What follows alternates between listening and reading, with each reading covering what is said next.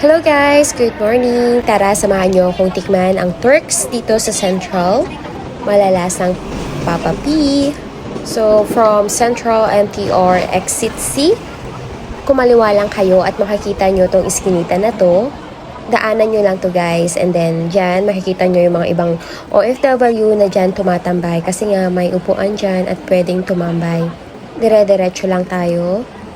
Dito guys, convenient siyang umupo or tumambay dito kasi wala naman nagpapaalis sa kanila.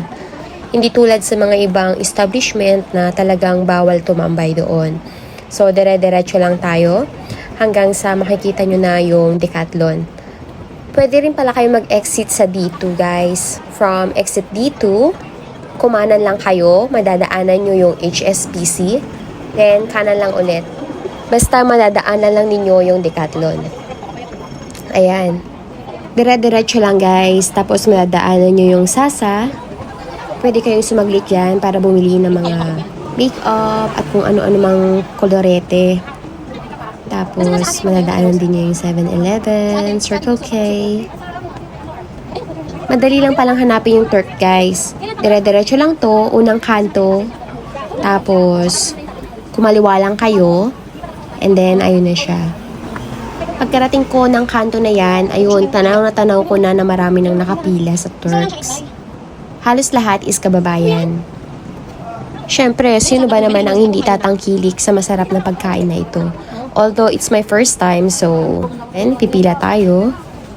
This time guys, may promo pala sila. 2 set of beef raw with Coke or water worth of 85 Hong Kong dollars. So, it's very worth it. Ayan. Nagbayad na tayo and then we just waiting for our order. So, pinipipare na ni Kuya. First is pinainit niya yung wrapper. Tapos nilagyan niya na ng sliced cheese, kamatis, sibuyas, at pipino. And then our main, the beef. And then, on the last is the sauce. Ewan ko kung anong sauce itong mga to, pero ang sarap niya. So, ayan, kitang-kita nyo naman, napakasiksik. And then, let's try.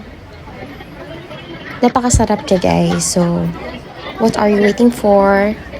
Puntahan nyo na rin at tikman ang napakasarap ng Turks ni Papa P. So, that's my vlog for this week. Thank you for watching guys. God bless.